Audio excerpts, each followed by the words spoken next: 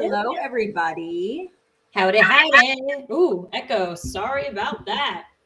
Welcome to a very merry episode of the Real Football Fans of New Jersey. Very Caitlin merry, and I both surprised each other when we popped on earlier before the show to find that we both had our Christmas trees set up in the background. Oh, Christmas and I absolutely tree. love it. I love it. I mean, it's perfect. Great. Yeah, I mean, you have to get festive this time of year, obviously. Yeah. I'm still sharing. I could tell you that 30-second countdown every week. I'm still trying to share it across all the platforms. I'm excited that for the next couple of weeks here, this is going to be the backdrop of the show. I love it. Nothing makes me happier than a beautiful Christmas tree. I'll take it to friggin' February if you guys want me to. I'll take it. It's a well-watered tree. Don't you worry. I'll take it there. But listen, I'm in the most. I know I'm normally in my Giants gear. I'm wearing this hat, obviously, but I gotta tell you, I am wearing the most comfortable sweatshirt right now. It's like a sweatshirt. It feels like there's like a sheep on me. Like it literally feels like I'm wrapped in a sheep right now. This is not an ad. This is not a paid sponsorship, but I am telling you to run, don't walk to mine and Katie's favorite store, Francesca's. This is where this is from, Katie. Okay. It's not the most, it's like a maroonish, and I probably have some PTSD from maroon from college wearing it all the time. So it might not be the prettiest looking sweatshirt, but I got to tell you, I've been wearing it all day. I couldn't take it off to put something Giants or Alabama related on. I needed to keep this on.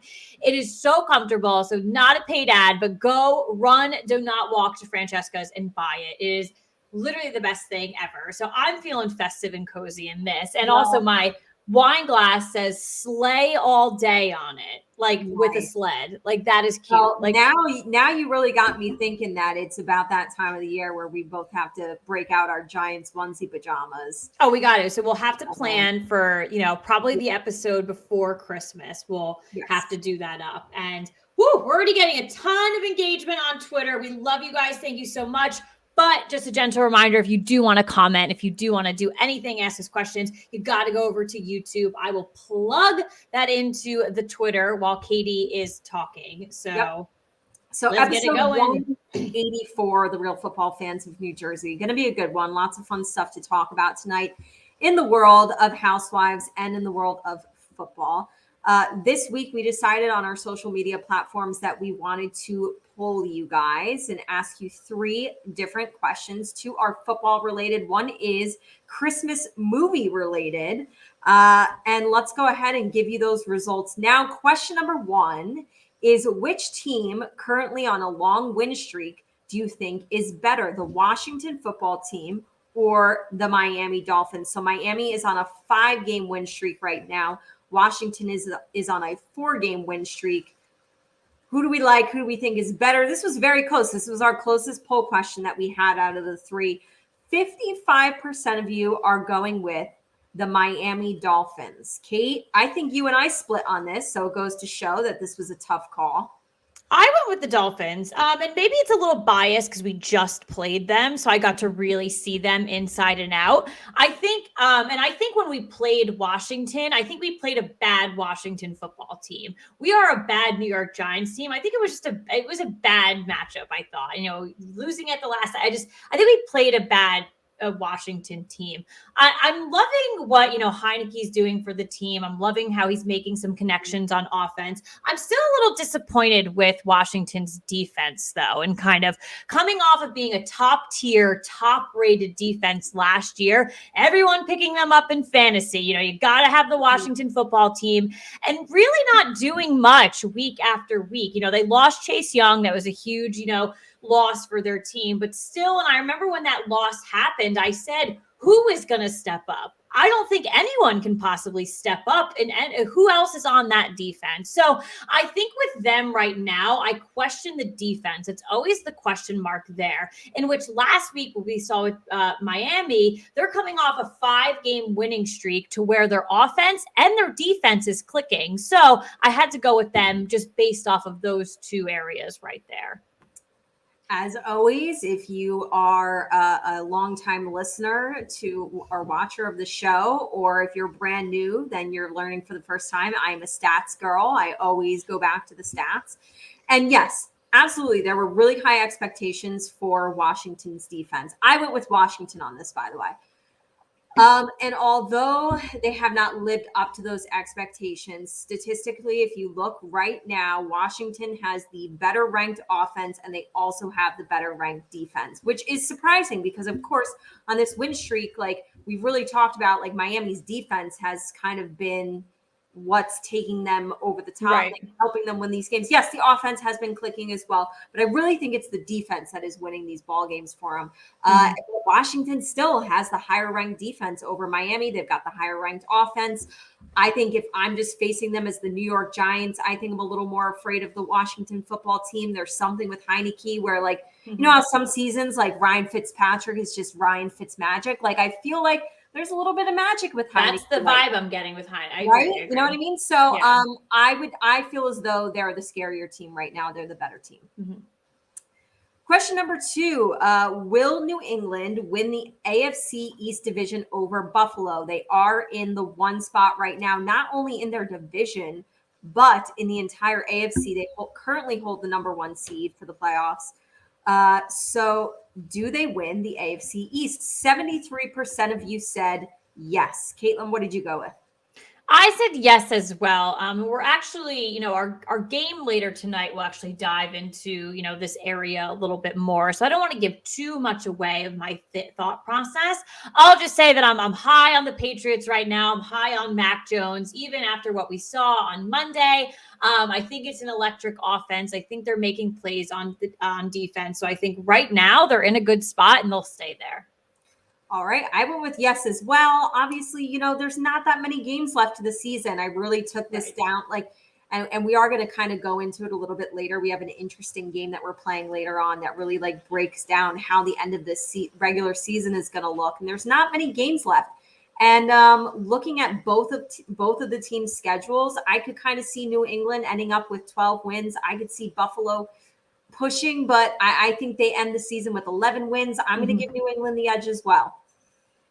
And then last but not least, this is our Christmas movie question. I thought controversial question. Maybe not. I thought this was going to be I think it is. It's a controversial question just to ask someone. Maybe it's not a 50-50 response, but I think it is a controversial question.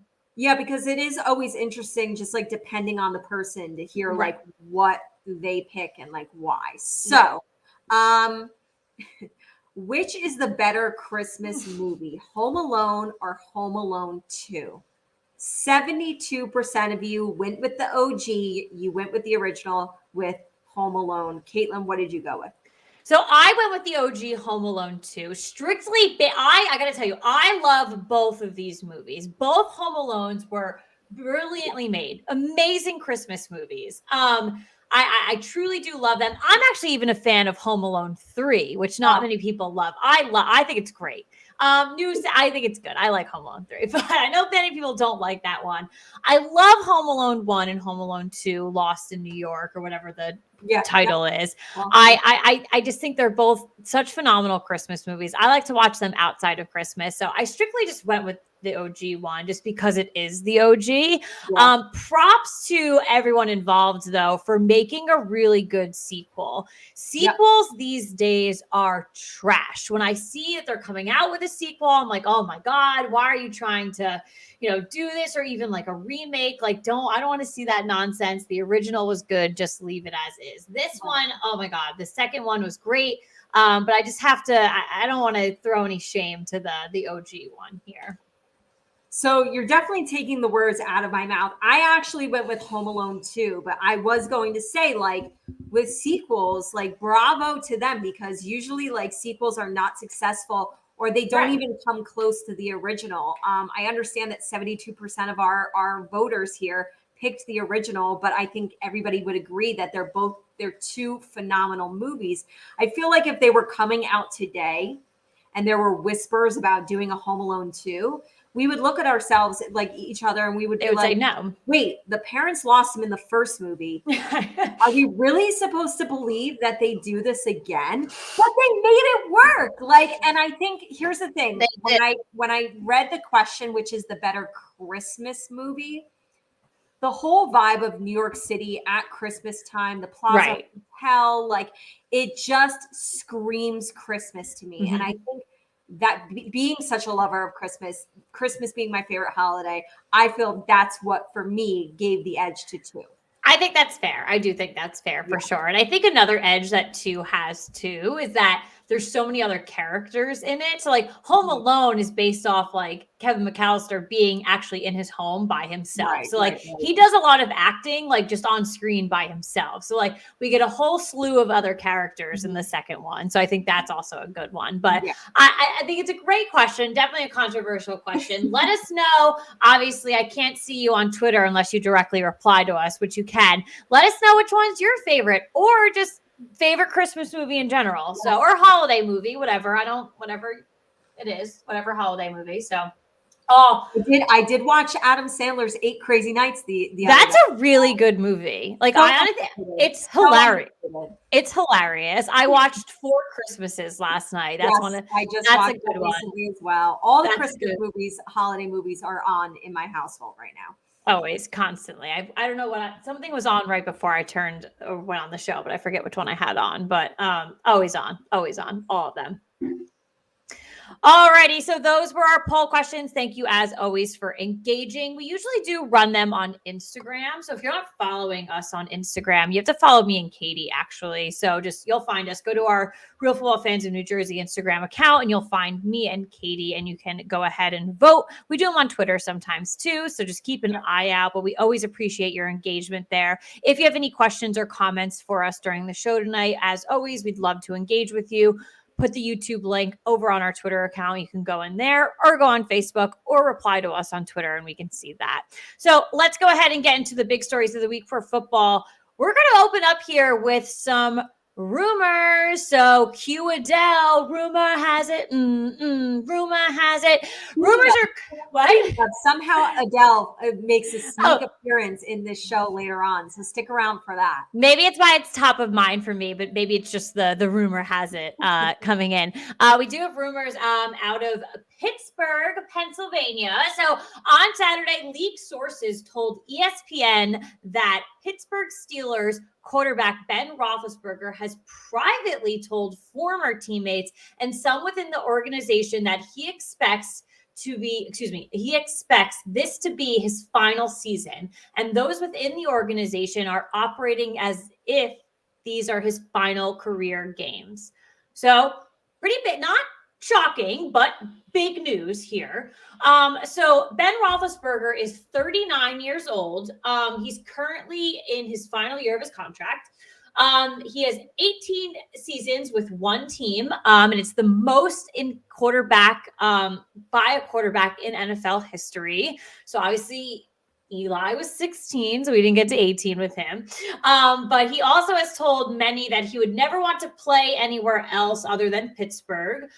So playing for a different team next season would be unlikely. So obviously I know I just brought up Eli in a joking manner, but that was his mindset too, that he was never going to play anywhere else. And I'm not surprised about this from Ben Roethlisberger. He's been a Steeler, die hard there. I'm not surprised by that. So Pittsburgh does have Mason Rudolph and Dwayne Haskins on their roster as other quarterback. They have comfortable cap space to actually go after another, replacement quarterback. So they can also look to the draft. I don't really recommend that, but they can.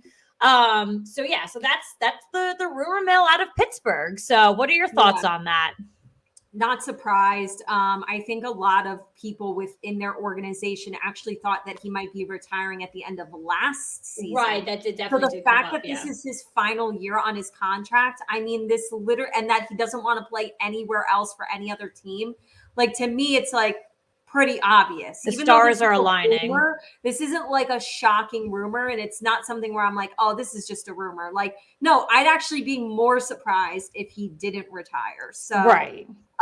Yes, as far as where they go from here, obviously Mason Rudolph, Dwayne Haskins, that they're not the answer there. No. It's off the top of my head, to be honest with you, I don't really know what we're looking at just yet because we are with full-fledged within the season. I don't know what free agents look like for quarterbacks next year.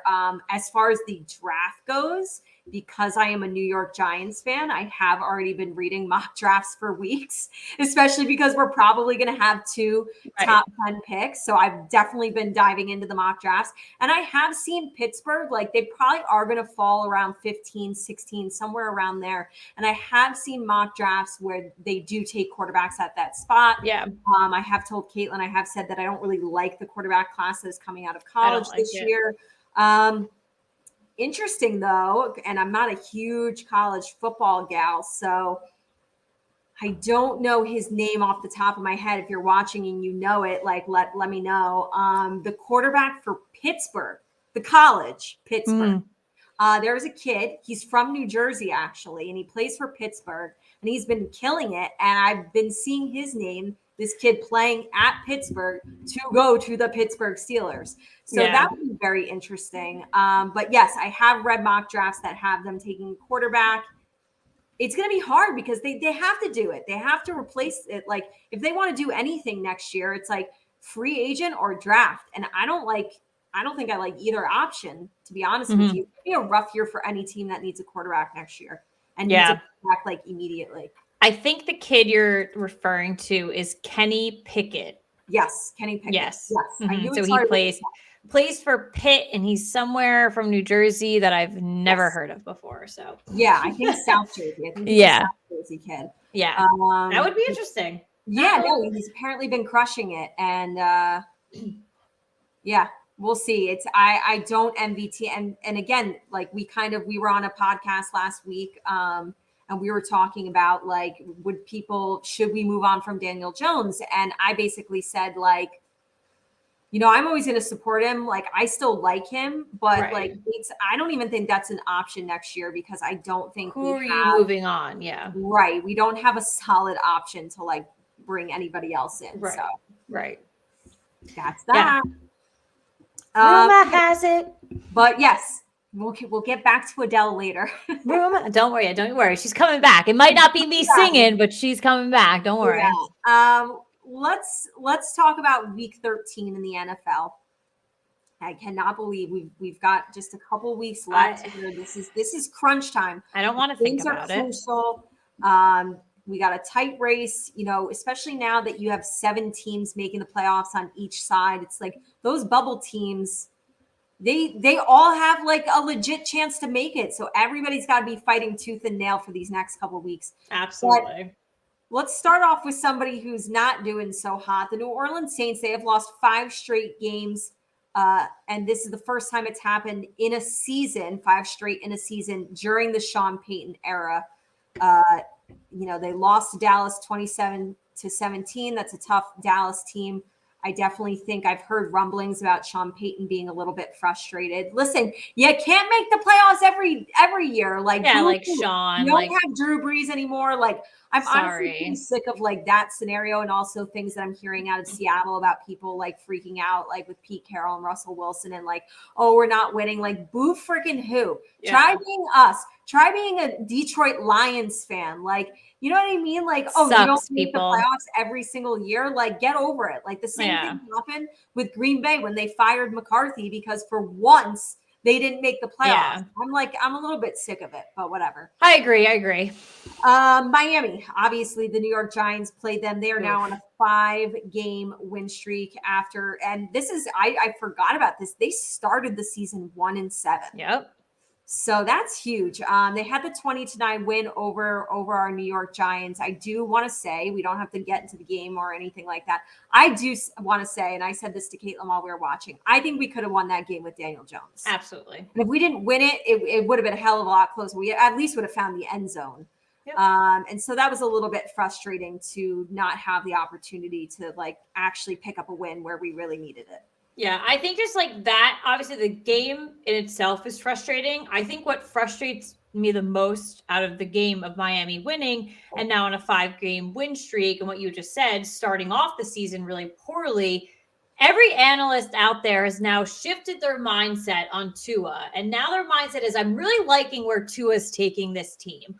All of those analysts that say that can literally go F themselves, because 3-4 weeks back, you were ready to bury him into the ground. And you were like, he's done. He's not an NFL quarterback. He's trash, all of this stuff, everything like that. So I just got to say, like, that's not my get it off my chest tonight, but I must get that out there because I'm seeing it. I've seen it on Good Morning Football, Sports Center, everything, like all of them on Twitter doing all this stuff. I love what Tua is doing to this team. Like, where were you weeks back? Like, just literally get out, stop. You can't flip-flop as an analyst like that. You look so bad. So just to you. That's wasn't my get it off my chest, but I felt it was a mini mid-episode get it off your chest. I should be able to express myself on this show. You do you, girl. Detroit. Caitlin had them as her upset. They finally won their first game. And in what fashion, too, winning? Woo! Winning 11-yard receiving touchdown by Amon-Ra St. Brown. As literally one tick of the clock, one little second left, big win. And honestly, like, this is it was a win over the Minnesota Vikings, 29-27. And that's the thing with the Vikings. It's like, you guys are a good team. And I'm not saying like within your division, you've got to go out and beat Green Bay twice and you've got to beat, but just win the winnable games, Minnesota. I know. You're a good team. Like, there's no reason you should make the play. Like, I don't know. You have to win those games. But hats off to the Detroit Lions. Like, they won in that fashion. They've also lost almost all of their games this year in that same fashion. Yeah. So it had to eventually turn, right? And it finally did. So good for them. Good for her. Good for her. Arizona is now 7-0 on the road this season. That was a fun fact that I did not know. That's extremely impressive. And they had a 33-22 win over Chicago. Big game for them coming up this weekend. We'll get into that later. Seattle, fun fact, I almost took them as my upset. Mm-hmm. I did get my upset correct, but I almost picked this as well, which I did not. But Seattle also, another upset win, beating the San Francisco 49ers 30-23. Russell Wilson just has their number. He is now 17-4 in his career against the 49ers. Kansas City, they've won 12 straight versus their division rival in the Denver Broncos with a 22-9 win. And then, of course, the New England Buffalo game, the Monday Night Football game we were all anticipating, all waiting for. Quarterback Mac Jones attempted just 3 passes in their 14-10 win over Buffalo, which is the fewest pass attempts by a winning team since 1974. More on that later in the show. We will get back to that. You had to dig into the archives for that one. Yeah, you got to go. I mean, we were way back, not even close to being born yet. So not even a thought of a. In a league where we constantly sound the show, like, this is a passing league, like running backs don't mean shit anymore. Like, the New England Patriots come out and throw the ball 3 times and win the game over one of the best teams in the NFL. So right, we don't know what we're doing anymore. We don't. What is this? What is the NFL? It's Bill Belichick's world, and we're all just that's it. Him and his dog. Oh, I miss his dog. Week 13, though, we had a lot of upsets. And my upset, by the way, we didn't talk about this game. My upset was the Pittsburgh Steelers over the Baltimore Ravens. Yep. Kayla and I say constantly the AFC North always plays each other really tightly. Week 14, we've got a lot of really good games and a lot of tight matchups. So I know we're going to get into our picks here, and I'm very intrigued to see where you went with this and to see how many we have similar. So. Yeah. So with that being said, feel free to let us know what your thoughts were on week 13, but we're going to go ahead and fast forward to week 14 starting tomorrow night, which I don't know. We're just moving along with this season. Where to go, people? We don't know. The first time we were reporting on this season, it was sunny out. It was warm. We were in tank tops. Now our Christmas trees are behind us. What is going on? I don't know. But as we do week after week, we give you our picks. 1 lock, 1 upset. Disclaimer, this is not based off money lines. This is not based off anything going on in Las Vegas right now. Anything that we see, we're not giving you over-unders. We're strictly just letting you know who we think we're going to win this week, and we're going to let you know we think our lock game and who we think is an upset. I got to tell you, Katie, it was hard for me to pick an upset this week, actually. Yeah. I actually had to maneuver some of my picks to formally pick an upset. So, because we have to give them to you guys. So I had to move around a little bit. So with that being said, let's go ahead and get into it. Why don't you get us started and I will follow along as best as I can. All right. So in week 14, I am going with Minnesota, Dallas, Tennessee, Seattle, Kansas City, New Orleans, Carolina, Cleveland, the Chargers, Denver, San Fran, Tampa Bay, Green Bay, and Arizona. My lock, even though I don't like to do them within a division, because even if one team's really good and one team's really bad, like division teams just play each other closely. But my lock this week is going to be the Green Bay Packers over the Chicago Bears. And my upset, also a division game. It worked for me last week picking against Baltimore. I am going with the Cleveland Browns over the Baltimore Ravens.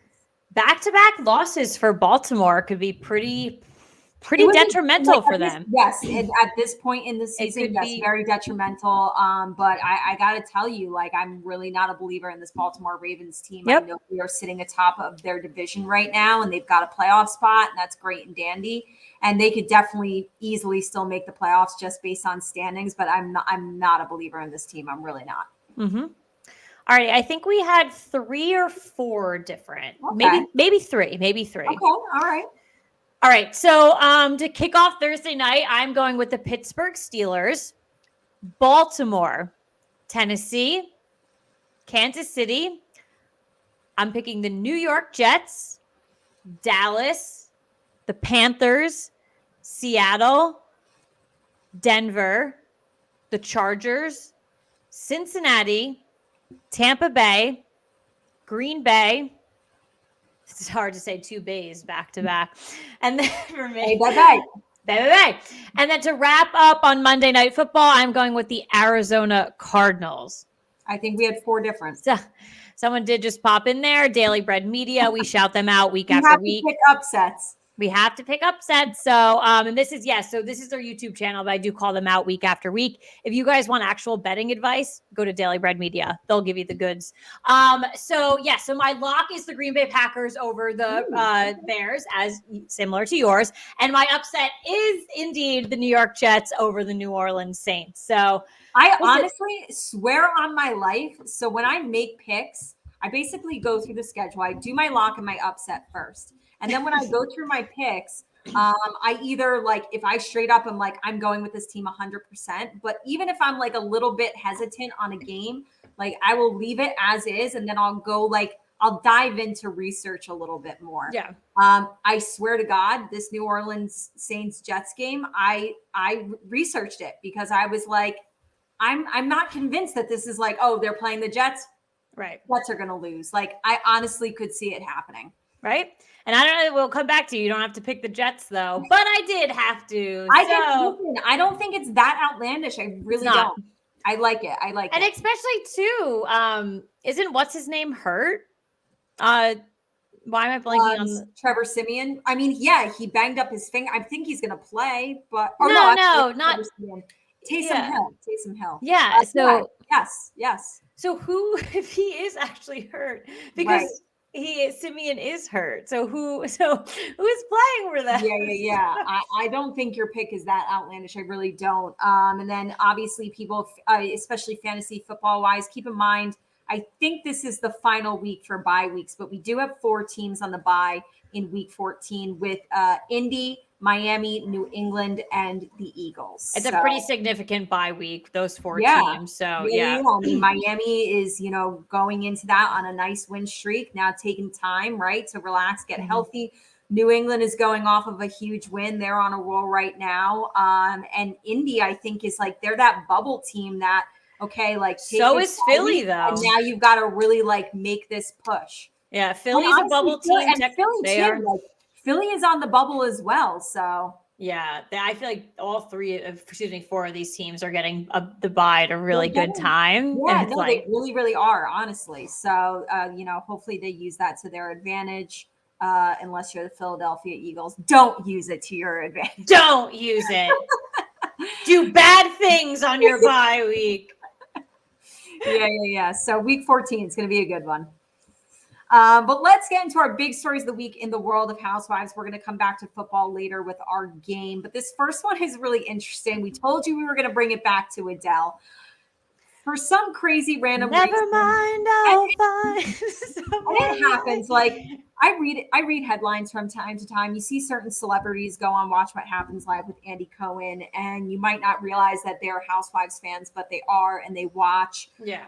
So we have just in this past week 2 very, big time celebrities weighing in on their thoughts about the Real Housewives, which I just thought was really interesting. We love it. They're just celebs. They're just like us. Celebs are just like us, except one is like pro Housewives. One claims himself as a Housewives super fan, while the other is nixing the Housewives, not a fan.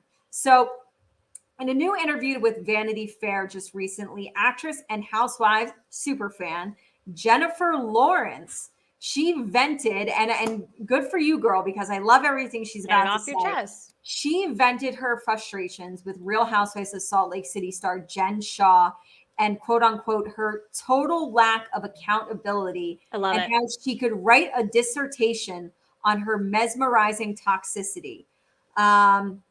We do have a quote on the back Jennifer Lawrence talking about Ms. Jen Shaw, saying she is the strongest case of personality disorder I've ever seen in my life.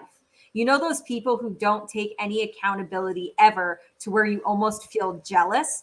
Total lack of accountability, lack of shame. I'm almost like, how dare you? I lie in bed worrying about accidentally hurting someone's feelings and worrying about everything. And that's probably why it burns my biscuit so much. So like, it's almost like when people are just so naive, you can like live in la la land and not like have to care or realize like shit going on in the real world. Like, yes, everything she's saying is so on point. Like Jen Shaw is also one of those people who has never said an apology and didn't follow it up with, I'm sorry, but I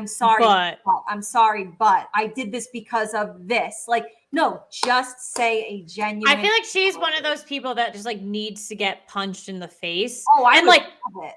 But like a real punch in the face to where like she's like hurt and like, shut up. Because like she runs her mouth like this little yappy dog. And like one day, like you're gonna like say it to the wrong person. And I hope that person just, gets her. She'll say it to the wrong person in jail. Burn. See? Or that. Yes. Like go to jail. Learn what it's like in there. She might need that. She might need that time. Yeah, but I'm a big Jen Shaw hater. I've definitely talked a lot about it in this past couple months on the show here, the Real Football Fans of New Jersey, that she is definitely climbing my charts, if not at the tippy top of my most hated of all time. So when you hear a celebrity like as big as Jennifer Lawrence, like basically echo sentiments that you're like, yeah, like speak for the people. That's why I feel like you and I, at least for me, one of the reasons why I wanted to do this podcast 4 years ago in the first place is like, I wanted to be able to like say things for people almost like, so people could watch and be like, oh, thank God Katie said that. Or thank God Caitlin said that. Like they're putting validations towards like what we all feel when we're sitting back and we're watching the Real Housewives on Absolutely. TV. So to hear her do it was like music to my ears. Right. Speaking of music to your ears, we always, Adele is a superstar, but she obviously, as great of a musician as she is, she does not have great taste in television because she is not a fan of the Real Housewives. Adele! Break my heart. In a video this past week, she was asked whether she watches any of the Real Housewives shows, in which she replied that she does not, and she knows many people love it, but she can't watch it because her brain will die. So Yeah, like, but like honestly, that's why I love reality television because you can escape. Life is stressful. I need to is. turn my brain off and watch crap television. Like I'll tell you it's crap, but I need to watch it. Like I love it. Absolutely. She also said she doesn't know who any of them are, and she feels like it's been on for so long now that she can't necessarily start from the beginning. And I understand how she feels about that. I mean, there's plenty of shows that like especially reality TV shows. It's one thing if there's a sitcom that was on years ago and you missed it. Well, if it's on Netflix, you could just go on and binge it. Reality TV is like a little bit different because, one season ends and then like a couple months later and the next season begins and it feels like you can never kind of catch up to it. So I understand that. I think that's fair. Yeah, she said she did attempt to watch The Real Housewives of New Jersey once. I do have a quote from her. She said, "One time I did watch one episode of The Real Housewives of New Jersey when they were all like literally killing each other. It was too much. I was like, I can't watch. I would rather watch a wildlife program," which is actually kind of ironic now that I'm reading it because on a wildlife program, you could see animals killing other animals. So that's just what we're doing. That's what we're doing. This is nature at its finest, baby. Come to New Jersey and just watch it all go down. All we do is just kill each other. It's all we do out here. Extensions, like throwing drinks on each other. That's what we do. It's just a different kind of wildlife program. It's Jersey, baby. But yeah, she's not a fan. So I know, and I saw like I was reading the articles on it, and I was seeing so many like tweets from obviously like huge Housewives fans just being devastated that Adele said these things because everybody loves Adele. So hearing like she's like the voice of reason, and then she says this. It's like too like, okay, think of somebody that we absolutely love. What if they were like, I literally hate the New York Giants with a burning passion. Like it would kill us. I would kill them. I would kill them. It was kind of funny reading the tweets. I know a lot of people are very devastated by this news that Adele does not like Adele, I'm gonna have to sing one of your breakup songs to you because I think it's over between us. It's over between us. Yep, it's done. It's over. Oh God, it's awful. Alrighty, well, also in Housewives news, so I'm like, it's so funny because like I feel like I said this to myself last week, and then I didn't realize it until now. So when I watched, Orange County premiered last week, right after our show, actually, so I was able to sit down and watch it right after. They just got into it. The biggest, like the opening scene was with Heather, so I think that's what they like focused on. Right. So I just didn't realize that they didn't do an opening scene. I didn't know. So their taglines were actually revealed this week. So we'll see them on the show tonight.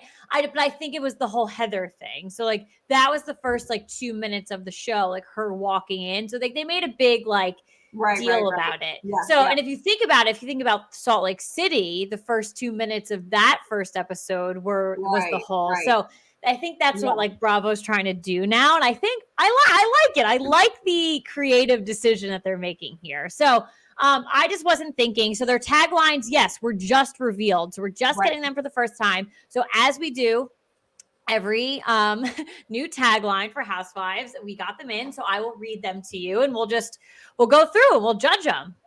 So hold on. I gotta get them here. Okay. So we'll start with, so we have 6 of them. And just so everyone is a reminder, Heather Dubrow is back, but there's also 2 new Housewives joining Orange County this season. So let's start with Shannon. This storm has found her sunshine and the future is looking bright. I see what you did there, Bravo. See what you did there. We see. Gina, I've still got a small house, but I'm living large. I think they could have done more with her. But I think there's just still, everyone makes fun of her for living in an apartment, but like, so does the rest of the world. So, Emily, these days, I don't just raise the bar, I close it down too. It's all right. Noella, so she's a newcomer. Yeah. In the OC, it's easier to fit in, but much more fun to stand out. And she definitely stands out, my friend. But that's just like so vague. I feel like that could go for like any Joe Schmo on the street. That could be their tagline. I agree. Dr. Jen, I'm not afraid of a little jab, and the ones I give are the best. So she's a doctor. She's a plastic surgeon. So, but yeah. Like jab, I more so think of like a punch. Like I don't think of like a medical. I don't know. Yeah. Is that where they were going with that? Yeah, I think so. Like I'm gonna like jab you with a needle or like like Botox. Okay. And then finally, Heather, if you'd like to reach my standards, I suggest you get a ladder. I like that one. I think that's my favorite one. It is my favorite one. I do think that these aren't very creative as usual. I mean, this is so typical now that Caitlin and I always give you guys these taglines. And like, I don't mean to constantly sound harsh and like rip on Bravo. No, they're bad. 95% of the time, I don't like the taglines. I just think they're not good. Very lackluster, and it feels like they did not put any. It feels like they never put any effort into them. No. I don't know. No, yeah. So Heather's is definitely my favorite. That's my favorite too. But yeah, and it's even becoming apparent because I used to have so much fun like reading these. Like I even struggle reading them these days because they're so boring. But you used to be able to read them and like not be able to get through them because you'd be laughing. I know, or like have like a sass to it. Like these are like Gina's is like 3 words long. I can't. I like Heather's because like I almost think of like with Leah in Roni, even though this was never like her. This is just a one-liner she had in the show where she's like, "I elevate this shit." Right. I elevate this bitch. Yeah. But I feel like Heather's is something that you could go around like saying to people like in real life, be like, you want to get to my standards, get a ladder. Like, you know what I mean? Like I like that. So. Yeah, I do too. Yeah. So that's that. So we'll see them. Like that's me reading them. If you want to, we'll tell you when to watch later, but you can see the actual women saying them if you want. But yeah, you're right. They're meh. Yeah. It is what it is, Constantly meh. Yeah, we've grown to expect this. So yeah. All right, well, let's get into our game for the week. This one is called Contenders and Pretenders as it stands. So yeah, we're in crunch time here, as we said before, of the NFL season going into week 14. So we're going to actually take a look at the current NFL playoff picture as it stands today. And we're going to answer a couple of questions about it. So just for reference, and just so you guys know, 7 teams going from the AFC, 7 going from the NFC. And as it stands today in the AFC, in this order, the 1 seed is the New England Patriots. The 2 seed is the Tennessee Titans. 3 seed is Baltimore Ravens. 4 is Kansas City Chiefs. 5 is the Chargers. 6 is the Bengals. And 7 is Buffalo. In the NFC right now, Arizona is the 1 seed. Green Bay is the 2 seed. Tampa Bay is the 3 seed. Dallas is 4. The Rams are 5. Washington is 6. And the 49ers are 7. So with that in mind, we have 8 questions here in regards to these standings and what we can expect for the future of the playoffs. Question number 1 is, when the playoffs come, will New England keep the number 1 seed in the AFC? So I'm going to go with yes here. And I looked at them against, and I know Buffalo, really dropped here, but I still think they're a very strong team in the AFC. So when I looked at them, I looked at New England compared to Tennessee and to Buffalo. So I know there's other teams on the list, but just hear me out, people. So that's what I looked at. So Buffalo actually has like a pretty not easy schedule near the end of the season. They've got some games that they have to win.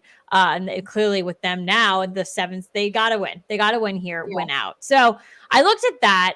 But then when it came to Tennessee and New England, they're actually split 50-50 in my opinion. Each team has 2 really easy games at the end of the season. And they both have 2 games that they're actually difficult games. So I really looked back, back and forth. And with New England just being on top right now, I was comfortable with saying, they will remain here at the end of the season. Well, excuse me, when we go into playoff time.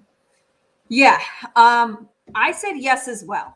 And I kind of spoke on this a little bit earlier with our poll questions, but I do believe that the Patriots are going to finish with 12 wins. And I think the Bills are going to finish with 11. And just for this whole game that we played on both sides, the AFC and the NFC, this all comes down to the remaining schedules of these teams, not necessarily who I think is better than whoever. I actually have, yes, but my two teams that I am watching out for and expecting a push from are the Tennessee Titans and also the Kansas City Chiefs. Yes. And I know that's great. Like, I mean, we were looking at one point where we were like, are they even going to make the playoffs? No, yep. They are now 8-4. Like that came out of nowhere. And they do have a bit of a favorable remaining schedule. And I'm telling you, like, those are the two teams I think New England should be threatened by the most. However, I do believe that they get it done and they secure that number 1 seed. So on the other side of the ball, when the playoffs come, will Arizona keep the number 1 seed in the NFC? So I'm going to go with no on this one. And I think Green Bay is going to bump them and go to number 1. So obviously Katie had read earlier in the show, the great stat that Arizona has, 7-0 on the road right now this season. They're doing great things. I think what comes to mind for me, and I brought this up on a couple of past episodes, I'm very weird with their decision-making on, Kyler Murray's so to say injury. Even this past week, a game that, they needed to come out and they need to win. The Arizona Cardinals need to win. Like they can't just take a loss if they need it. You know what I mean? They have to win week after week. He was like questionable, like up until game time. And it wasn't really it was just like, we'll figure it out. Like we literally have 4 games left in the season. Like Arizona, you need to win out. Not even just the number 1 seed, but within the division, you've got the Rams knocking on your door.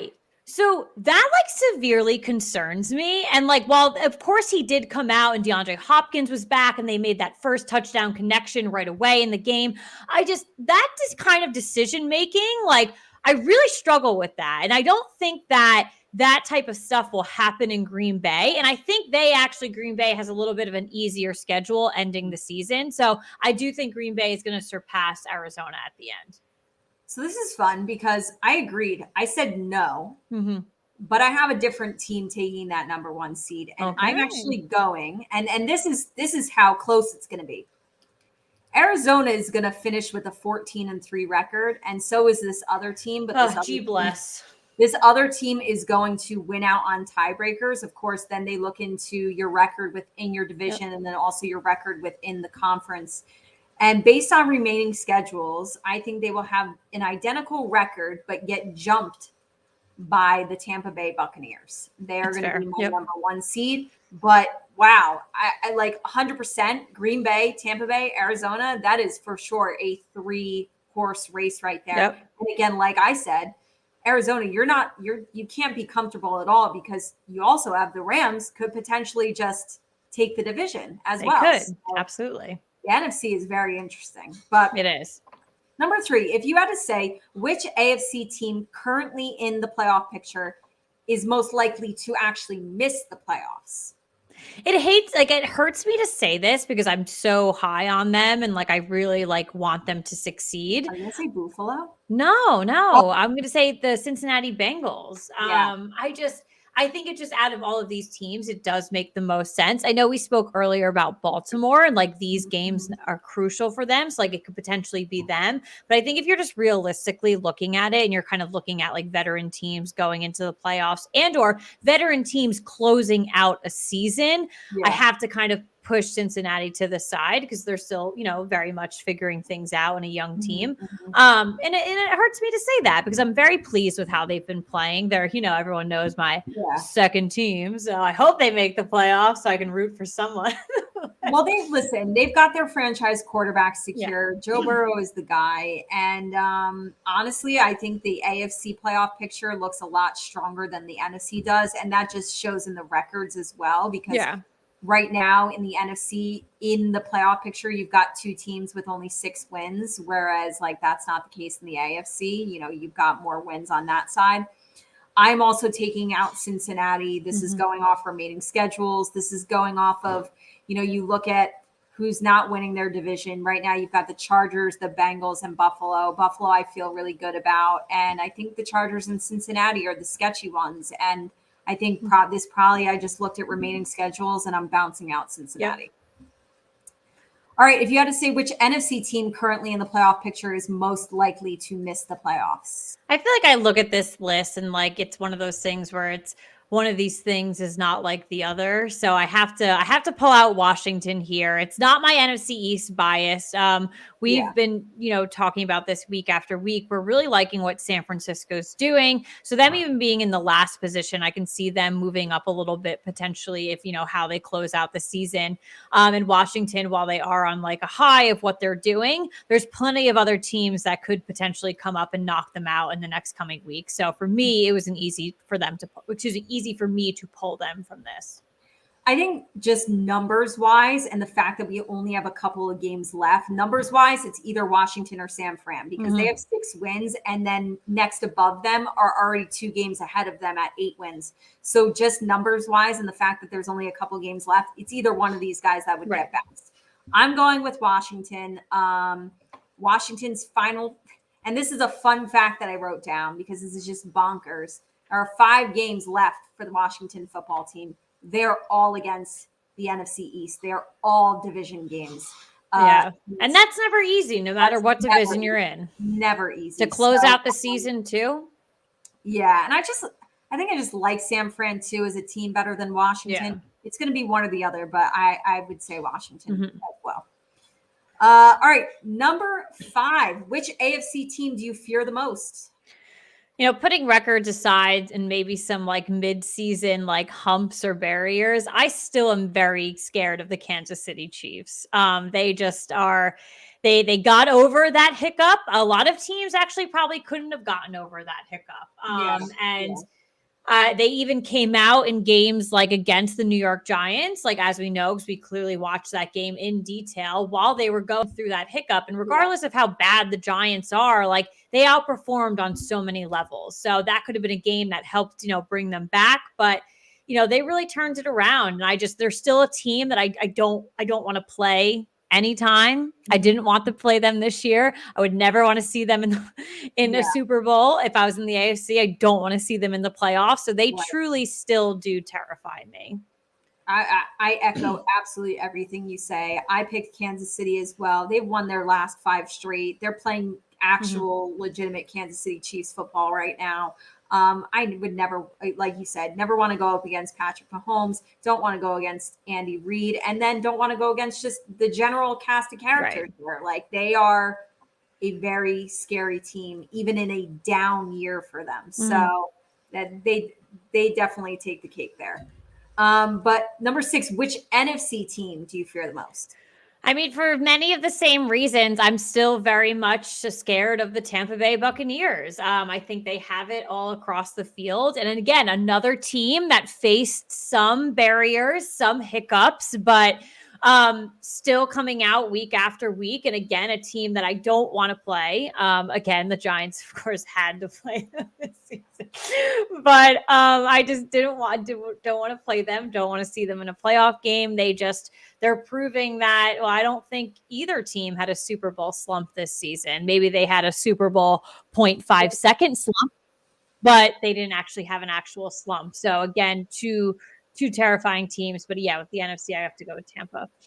We are very much agreeing throughout this game. I went with Tampa Bay as well. And I bet you if you ask all other 6 teams that are in the playoff picture right now, who's the team you want to play the least, like you just don't want to see them, they would all say there's no way in hell I want to play against Tom Brady. Like straight up, Tom Brady and the reigning Super Bowl champions. Bruce Arians is a phenomenal coach. Right. You just don't want to see it. You really don't. Same reasons for Kansas City. All right, number 7. What AFC team currently not in the playoff picture has the best chance of sneaking in?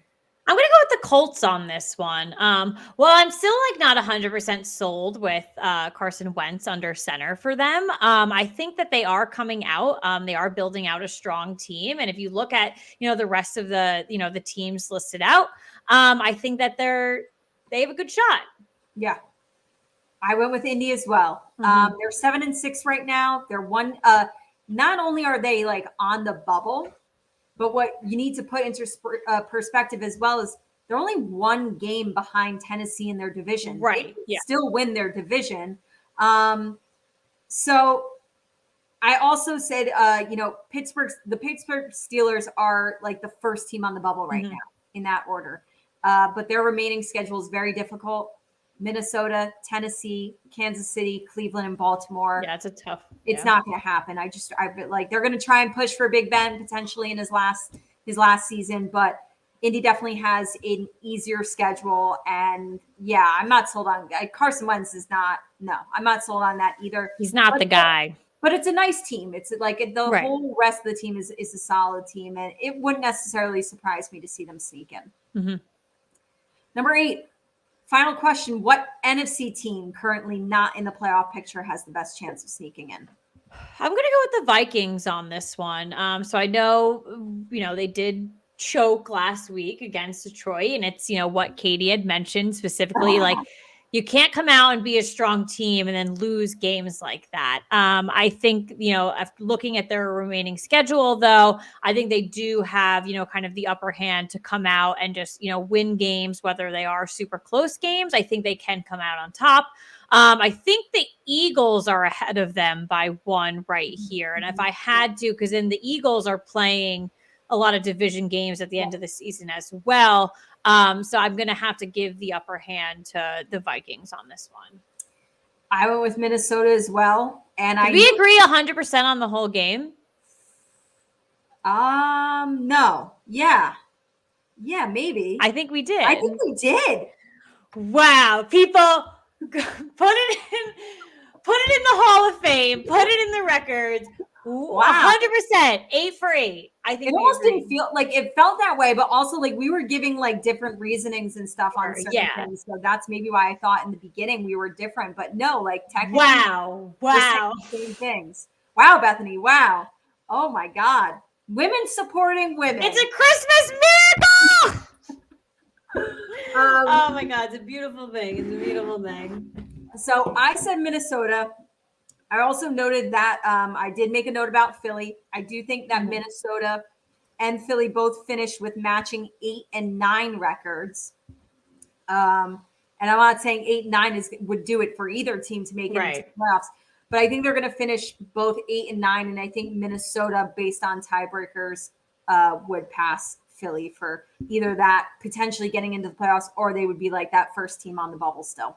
So there we have it. And I can't wait to see how it all shakes out, because honestly, there's so many interchangeable things. I know. And a lot of, like we said, a lot of division games down the stretch. The NFL always does this. Like the final week of the regular season is always like division rivals. And, some of them are fighting for the division title in that final week. It's going to be a really interesting final push. I wouldn't be putting my money on any team right now in any position. Like, they're winning. I can't even say like, yes, like 4 of these teams are going to make it to the championship games. No. Like, I don't know. I don't know what's going to happen. I really don't know. I don't. And you know what? I like that. I really like it. It could be anybody's year. And I love that. Let's not make it this cookie cutter season like it's been. Let's actually have a good Super Bowl for once. Like I'm looking forward to see what we have here. Yep. So it is that time of the episode where we get it off our chest. Positive, negative, football, housewives, wine, life, Christmas, the holidays, anything that you want to talk about. Why don't you go ahead and get us started? We mentioned it earlier. We didn't talk on it too much because I wanted to use it for my get it off my chest. But we were all so excited to watch that Buffalo New England game on Monday Night Football. They treated us to it. It was a perfect primetime game, perfect way to end Week 13. 2 teams that are really battling it out for that first place spot in their division. And to see the Patriots let Mac Jones only throw it 3 times, make 3 pass attempts the entire game. I was like, first off, that didn't matter to me who won. Didn't have anybody New England. I said, thank God I don't have a wide receiver from New England on my fantasy team. So that didn't necessarily matter. Like at the end of the day, none of it mattered for me. And yet there I was watching this game laying down and like yelling at the TV, like, what the hell is this shit? Like, I hated every second of it. I was so bored. It was like, I couldn't even believe in 2021, where it is a true legitimate passing league now in the NFL, we're like, running backs don't even matter anymore. That they only threw it 3 times. And the fact that Buffalo couldn't even stop it and New England still won the game. I watched the Manning broadcast like the whole entire time. I watched Eli and Peyton. They were like cackling about it. They couldn't believe it. It was truly something that, like we said, I mean, this was for a winning team to have done this, like throw it 3 times and still won the game in the 70s. I feel like this is the first of this kind of game I've ever seen in my entire life before. And I'm just like, we can just laugh because it's just like such a Bill Belichick thing to do. I feel like. Yeah. And I'm sure he got a gajillion questions about it in the press conference after the game. And I'm sure he gave absolutely no answers whatsoever. And we'll never know explanation about like, what the hell did we just watch? Yeah. But we'll never know. I hope I don't have to watch another football game like that again. That was very disappointing because that was like, and again, I mean, a 14-10 game. I mean, it was a close game, but man, was it painful to watch. So we'll see. I mean, New England's going to be on their TV screens. Like, you know, they're going to be in the playoffs, like potentially making, the Super Bowl. So I hope we don't have that scenario, like potentially in a playoff game, in a Super Bowl game, because I would lose my damn mind. I don't want to see that, but I think that's why God created the Manning cast for games like that, and for our podcast to like have people vent for you. Yeah, you need to do that. But yeah, I think that I agree. It was just such a weird, like so many people comparing it to like Navy football, because Navy football is known for running the ball and never passing it, and like you always watch like the Army Navy game, and sometimes it's exciting, but sometimes like last year it was so boring because that's painful to watch. It can be for sure. So, and I think it was funny because like Belichick was like wearing like a Navy mask like before the game, so that's where they're like he got his insight from them. So a lot of tie-ins there, but I agree, it was just definitely a boring one. I think I fell asleep at. You didn't miss anything. I was like, I'm not that I wasn't feeling well on Monday, but I was just like, I don't know. I was so tired. And I was like, I can't do this. Like, it was right before halftime. I was like, I'm out. Peace out.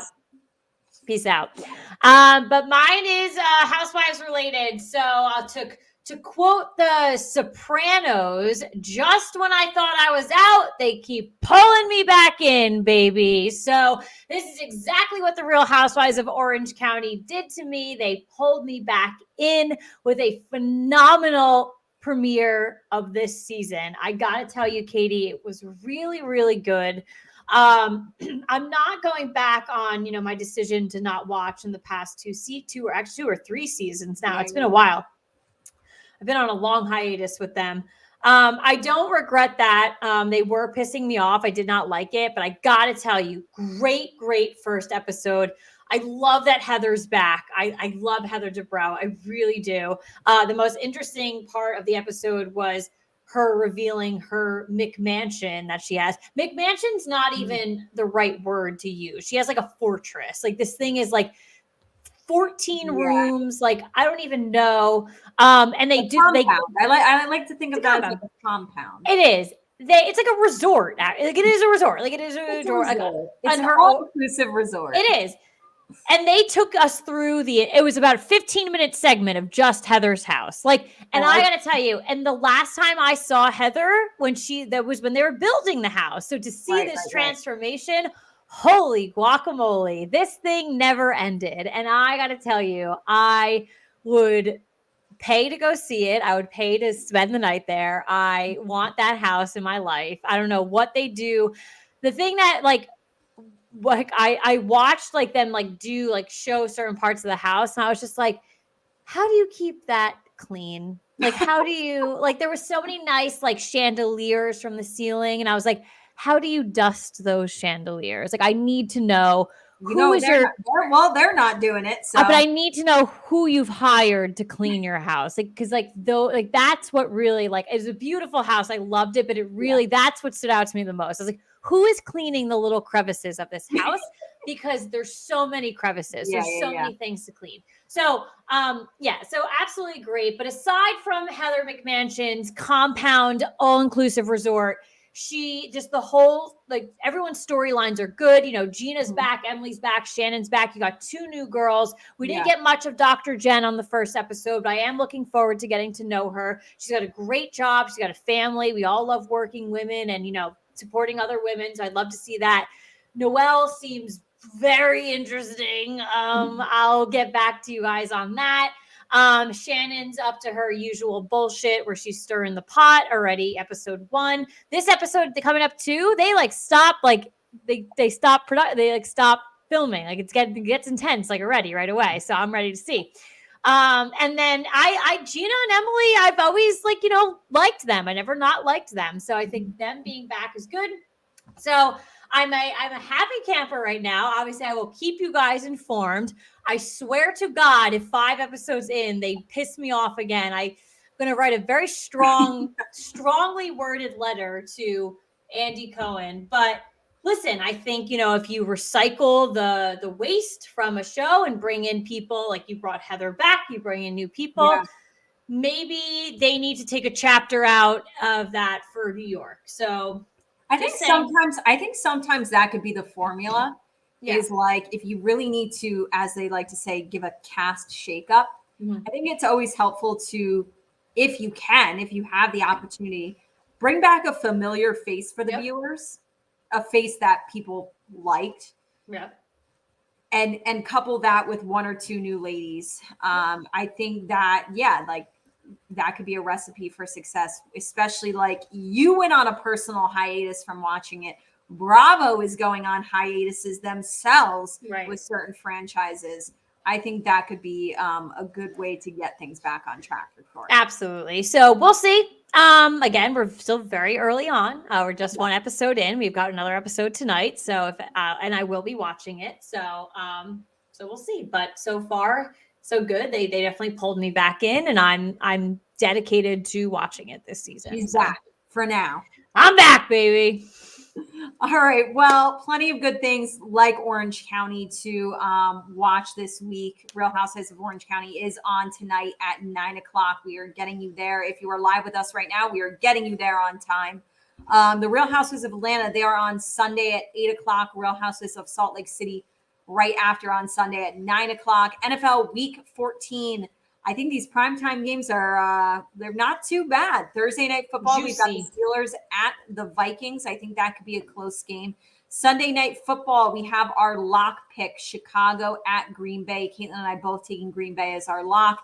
And then honestly, as long as they don't have 3 pass attempts, Monday Night Football, the Rams at the Arizona Cardinals is a blockbuster event. I'm very much so looking forward to that one. It's going to be really good. And then college football. Obviously, we're going to have a bunch of bowl games and everything like that coming up. But the dates you actually want to remember, put it in your calendars. We have the college football playoffs. They are set. This has been a great football season, college football season. We do have, and both games obviously happening on New Year's Eve, December 31st. The first game is going to be Caitlin's Alabama football team. Number one seed.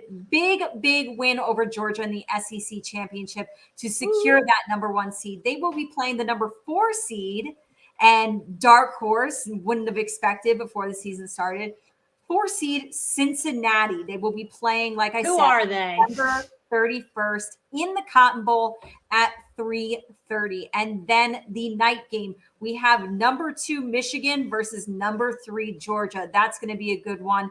They're playing in the Orange Bowl at 7:30. That is going to be a fun New Year's Eve for college football fans. Those are my plans. So those are Caitlin's plans, and hopefully she's a happy camper. Again, I always say I don't have a horse in the race. I hope to see good football. I hope to see my friend happy. If Alabama loses, I'm going to bed, and that's it. Just bring me to 2022. I'm not even watching the ball drop. I'm going to bed. I got her a jersey for her birthday. I wore it. It's good luck. Time in the SEC championship game, and they won in a big game versus Georgia. So I will be wearing it on December 31st again. It was great luck. Loved it looked great. It was a great jersey to wear. So we'll see. But I tell you, if 6:30 rolls around on December 31st and Alabama loses that game, I am going to bed, people. I am just wake me up when it's 2022 because I don't want to. I don't want to see the rest of 2020. Oh man. Well, I hope that's not the case for you then. And I hope we can ring in the new year on a positive note. And but thank you guys for hanging out with us tonight. A lot of fun. Can't wait to see you guys next week with our Christmas trees again and for the next several shows. And hope everybody just has a good, happy, healthy holiday season. We'll see you next Wednesday. And thank you for hanging out with us tonight. Absolutely. All right. Good night. Goodbye. Bye. Bye-bye.